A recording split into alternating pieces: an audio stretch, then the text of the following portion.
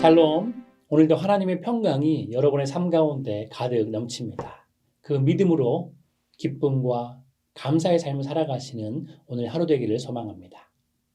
함께 찬송가 580장 찬양하시면서 새벽 예배를 시작하도록 하겠습니다.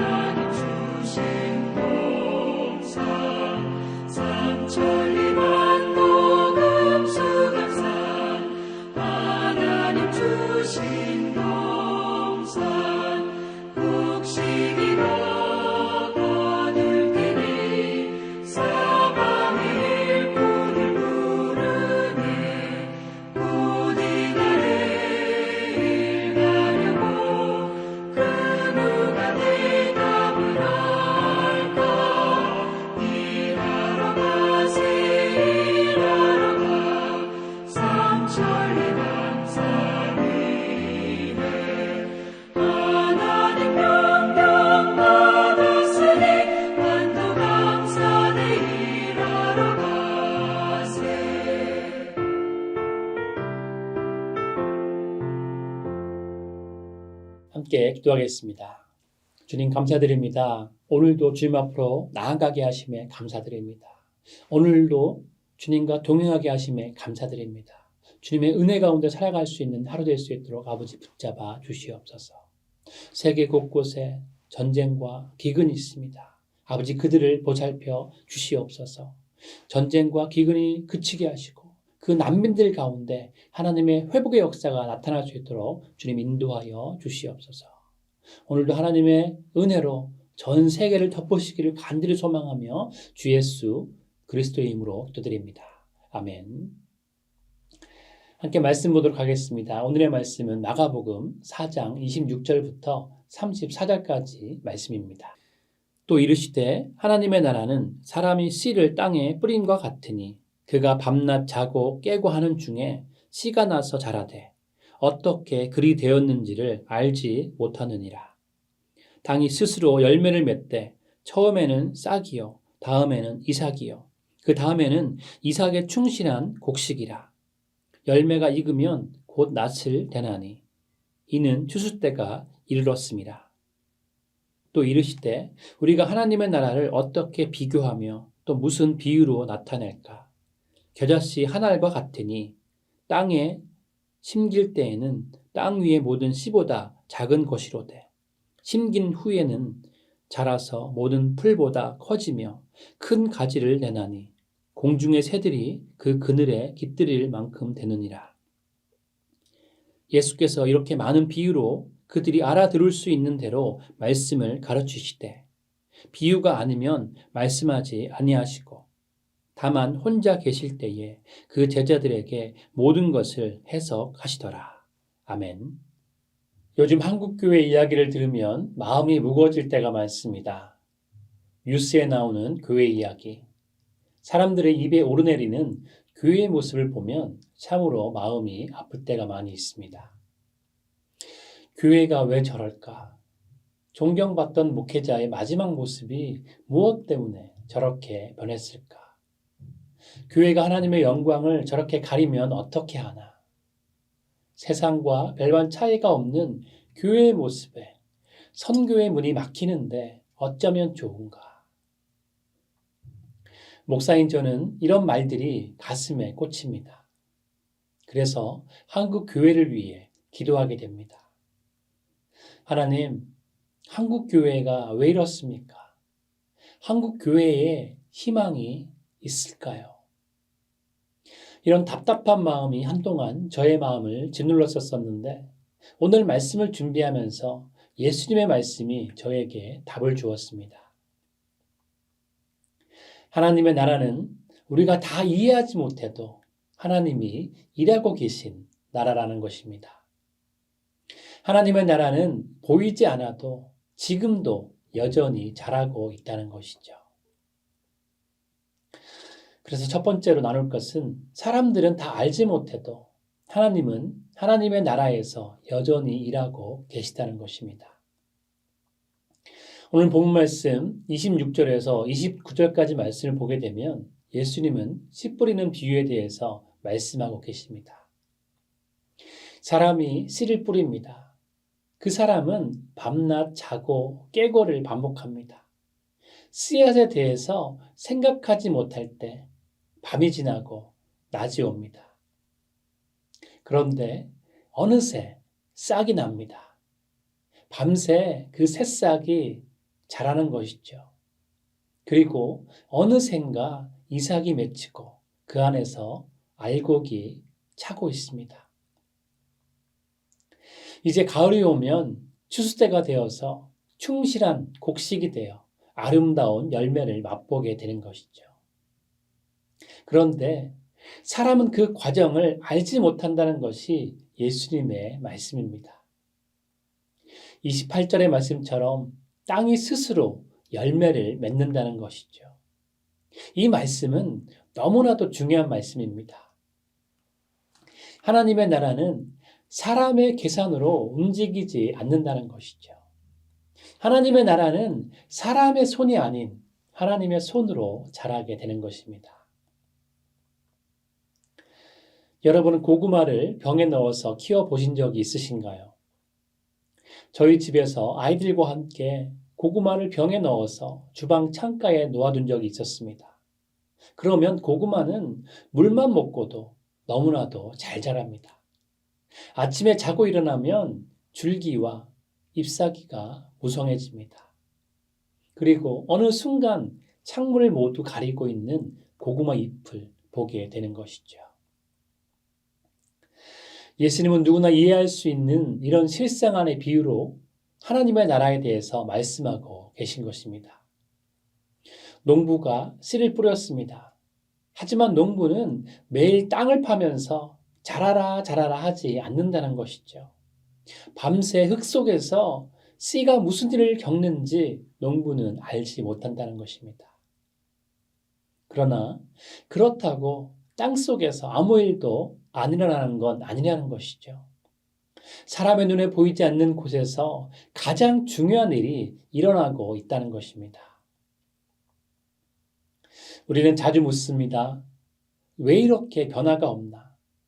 이렇게 하면 변화가 생길까? 기도하면 뭐가 달라질까? 말씀을 붙들면 열매가 맺힐까? 우리의 인생에 이런 질문들이 생기기 마련이죠. 그러나 그런 우리에게 예수님은 말씀하십니다. 너는 다 몰라도 된단다. 내가 지금 일하고 있으니 걱정은 나에게 맡겨라. 고린도전서 3장 6절은 나는 심었고 아볼로는 물을 주었으되 오직 하나님께서 자라나게 하셨나니 라고 말씀합니다. 그리고 이사야 55장 11절은 내 입에서 나가는 말도 이와 같이 헛되이 내게 되돌아오지 아니하고 나의 기뻐하는 뜻을 이루며 내가 보낸 일에 형통함이니라 라고 말씀하고 있죠. 하나님은 오늘도 우리가 알지 못하는 사이에 하나님의 일을 하고 계십니다. 우리는 하나님의 일을 다 알 수 없지만 하나님은 분명히 이 땅 가운데 하나님의 나라를 만들어가고 계시는 것이죠.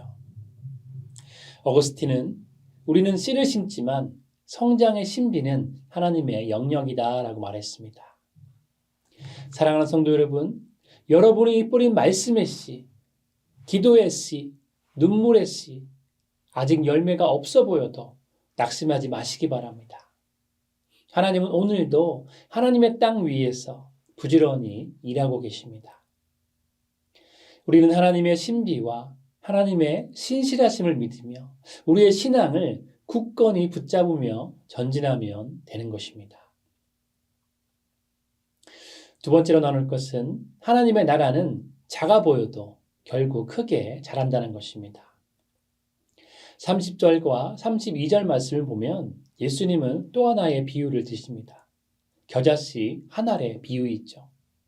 가장 작은 씨앗, 겨자씨는 손에 올리면 거의 보이지 않습니다. 겨자씨는 한국으로 치자면 참깨 한 알과 비슷한 크기입니다. 그런데 땅에 심기면 모든 풀보다 더 커지는 것이죠. 큰 가지가 생깁니다. 새들이 와서 깃들 정도의 큰 가지를 만드는 것이죠. 자신의 몸집보다 몇천 배, 아니 몇만 배 더 크게 자라는 겨자씨처럼 시작은 작지만 그 끝은 너무나도 풍성한 것이 바로 하나님의 나라입니다. 예수님이 세우신 첫 교회인 초대교회를 생각해 보시기 바랍니다. 초대교회는 오직 예수님만을 소유했을 뿐 세상에 볼 때는 너무나도 초라한 모습이었습니다. 초라했을 뿐만 아니라 멸시와 천대의 대상이었고 환난과 핍박을 견뎌야 했습니다. 그러나 신앙을 위해 숨어 살아야 했던 작은 교회가 그리스로 넘어가 하나의 철학이 되었습니다. 그리고 나중에는 로마로 넘어가서 하나의 제도가 되었습니다. 그리고 그 다음 교회는 유럽으로 퍼지면서 하나의 문화가 되었습니다. 또한 청교도의 신앙을 따라서 이제 미국으로 건너간 교회는 전 세계에 생명을 전하는 교회가 되었습니다. 초대교회의 박해를 보면서 그때 누가 이 교회가 사람을 살릴 거다라고 말할 수 있었을까요? 하지만 하나님은 작은 순종 하나를 사용하셔서 복음의 전진을 이루셨습니다. 순수한 믿음을 통해서 하나님은 하나님의 나라를 세워 오셨던 것입니다. 너무나도 작고 카타콤 속에 숨어 살았던 교회지만 그 복음의 씨앗이 많은 사람의 생명을 살리고 무너진 삶을 회복케 하고 있는 것입니다. 우리 주변을 보면 어떻습니까? 지금은 작아 보일 수 있습니다. 힘이 없어 보일 수 있습니다. 비난받는 것처럼 보일 수 있습니다. 이 땅 위에 교회가 살아있는 것인가 이런 생각이 들 수 있습니다. 그러나 하나님의 나라는 언제나 소수에서 시작되어서 들불처럼 번지는 역사였던 것이죠. 그래서 예수님은 마태복음 17장 20절에서 겨자씨 한 알만한 믿음이 있으면 산도 옮길 것이라고 말씀하신 것입니다. 존 스토트는 하나님의 나라는 눈에 띄는 성공이 아니라 보이지 않는 충성으로 자란다라고 말했습니다. 성도들의 겨자씨만한 믿음과 그 믿음에 기초한 충성 위에 하나님께서 구원의 은혜와 회복의 역사를 지금도 이어가고 있는 것입니다. 사랑하는 성도 여러분, 작다고 포기하면 안 됩니다. 문제가 있다고 부끄러워하지 마시기 바랍니다. 하나님은 작은 믿음을 사용하시는 분이십니다. 오늘의 작은 순종이 내일의 큰 쉼터가 되는 것이죠.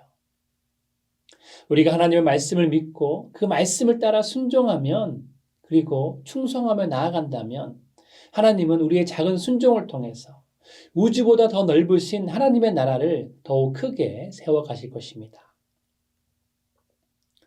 마지막 세 번째로 나눌 것은 친밀함 속에서 더 큰 하나님의 나라를 깨닫게 된다는 것입니다. 예수님은 우리에게는 비유로 말씀하셨습니다. 하지만 제자들과 계실 때는 그 뜻을 다시 풀어주셨습니다. 물론 사람들에게도 그들이 쉽게 이해할 수 있도록 일상의 비유로 말씀하셨지만 제자들에게는 특별히 더 깊은 뜻을 알려주신 것이죠. 그런데 저는 오늘 본문의 말씀을, 이 마지막 말씀을 읽으면서 예수님은 왜 그러셨을까라는 의문이 들게 되었습니다. 왜 제자들만 따로 특별히 비유의 해석을 하셨을까라는 생각이 든 것이죠. 여러분, 왜 그런 것 같습니까? 저는 오늘 말씀 전체를 묵상하면서 깨닫게 된 것이 있었습니다. 하나님의 나라의 깊이는 예수님과 친밀함 속에서 드러나게 된다는 것이죠. 똑같은 말을 들어도 가까운 사람의 말은 다르게 들리는 것입니다. 모르는 사람이 한 말과 나를 진심으로 사랑해주는 사람이 한 말은 다른 것이죠. 내용은 같아도 마음에 남는 그 깊이는 다르다는 것입니다. 우리 교회에서는 1:1 제자 양육을 많이 하고 있습니다. 지난 주일부터 1:1 제자 양육과 GC의 특별 연결 기간이 시작되었는데 1:1 제자 양육을 통해서 신앙에 많은 도전을 받고 예수님의 사랑을 더 깊이 깨닫게 되었다는 간증을 많이 듣게 됩니다. 다른 양육 훈련도 많이 있지만 1:1 제자 양육 훈련은 특별히 이 맨투맨으로 한 사람이 한 사람과 몇 달을 함께 만나서 말씀을 나누고 삶을 나누다 보니까 정말 한국 사람의 끈끈한 정이 많이 생기는 것 같습니다. 1:1 제자 양육을 인도해 주시는 양육자분이 사랑과 정성을 쏟아주시고 여러 가지 질문이나 인생의 고민을 함께 고민해주고 정말 마음을 다해서 기도해주는 모습을 보면서 이분은 정말 나를 예수님의 사랑으로 사랑해 주시고 계시는구나 라는 생각을 하게 되면서 깊은 감동을 받게 되는 것입니다. 그래서 1:1 제자 양육 훈련을 통해서 많은 분들이 믿음을 온전히 갖게 되는 것이고요. 1:1 제자 양육 훈련을 받으면서 세례도 받으시고 교회와 예수님을 정말로 사랑하게 되시는 것입니다. 그러나 우리의 신앙의 현실은 어떻습니까? 말씀은 들었습니다. 설교도 들었습니다. 그런데 삶이 바뀌지 않을 때가 너무나 많다는 것이죠. 이유는 하나입니다. 예수님과 따로 깊은 시간을 보내지 않기 때문이죠. 예수님과 개인적으로 친밀한 교제를 가질 때 정말 꿀보다 더 단 말씀을 그 깊이 있게 깨닫게 되고 예수님의 은혜를 마음껏 체험하게 되는 것입니다. 시편 25편 14절은 여호와의 친밀하심이 그를 경외하는 자들에게 있으며 그의 언약을 그들에게 보이시리로다 라고 말씀합니다. 그리고 요한복음 15장 15절에서 예수님은 이제부터는 내가 너희를 친구라 하였노니 내가 내 아버지께 들은 것을 다 너희에게 알게 하였음이라 라고 말씀하고 계시죠. 친구와 같이 친밀한 관계를 맺고 있을 때 하나님의 언약을 보여주시는 것이고요. 예수님과 가까이 동행하는 삶을 살아갈 때 하나님의 뜻을 더 깊이 깨달아 알게 되는 것입니다. 그래서 마틴 루터는 성경은 무릎 꿇고 읽을 때 가장 분명해진다라고 말했습니다. 예수님을 가까이 하고 말씀을 경외하는 마음을 가지고 개인적으로 읽고 묵상할 때 하나님의 진리 안에 거하게 되는 것입니다. 사랑하는 성도 여러분, 예배도 중요하고 설교 말씀도 중요합니다. 그러나 설교만으로는 부족한 것이죠. 주일 예배만으로는 부족합니다. 예수님과 혼자 있는 시간이 필요합니다. 예수님과 단 둘이서 깊은 사랑의 관계를 맺어가야 한다는 것이죠. 매일매일 예수님과 친밀한 친구 관계를 유지하며 나아갈 때 산속 깊은 곳에서 길러온 생수와 같이 우리의 속마음을 시원케 하는 말씀의 은혜가 우리 가운데 넘쳐나게 되는 것입니다. 바로 그때 이 비유가 말씀으로 바뀌게 되는 것입니다. 하나님이 주시는 로고스의 말씀으로 내 마음 가운데 깊이 자리 잡게 되는 것입니다. 그럴 때 바로 말씀이 삶이 되는 것입니다. 말씀을 정리합니다. 요즘 교회를 보면 실망할 이유가 많습니다. 우리의 마음을 아프게 하는 일들이 너무나도 많습니다. 하지만 예수님은 오늘도 말씀하십니다. 나의 나라는 지금도 자라고 있다. 보이지 않아도, 느려 보여도, 하나님의 나라가 작아지는 것처럼 보여도 하나님은 하나님의 나라를 지금도 온전하게 완성해 가고 계십니다. 그래서 오늘을 살아가는 우리는 결과를 주님께 맡기고 순종을 선택하면 되는 것입니다. 우리의 삶의 자리에서 믿음과 충성의 삶을 살면 되는 것이죠. 예수님과 친밀함을 유지하며 깊은 말씀의 은혜를 매일 받는 신앙생활을 하면 되는 것입니다. 바로 그럴 때 우리의 눈에 하나님의 나라의 실체가 보일 것입니다. 우리가 상상도 할 수 없는 너무나도 큰 하나님의 나라가 얼마나 광대한지 알게 되는 것이죠. 그렇기에 오늘도 믿음의 씨를 뿌리기 원합니다.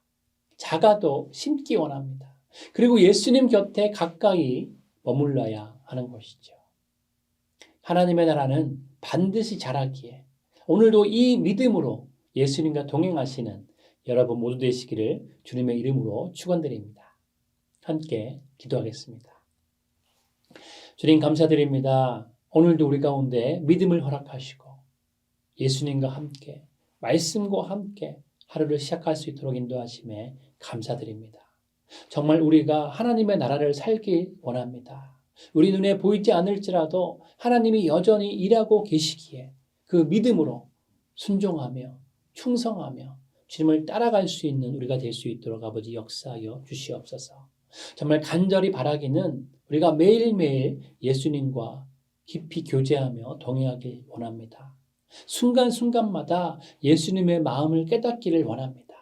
주님과 동행하는 삶을 살아가면서 하나님의 나라를 살아가고 또한 하나님의 나라를 전할 수 있는 귀한 삶 살아갈 수 있도록 우리를 붙잡아 주시옵소서. 오늘도 우리 가운데 함께 하시고 우리의 삶을 붙잡아 주실 주님을 찬양하며 주 예수 그리스도의 이름으로 기도드립니다. 아멘. 함께 각자의 기도 제목으로 주님 앞으로 나아가도록 하시겠습니다.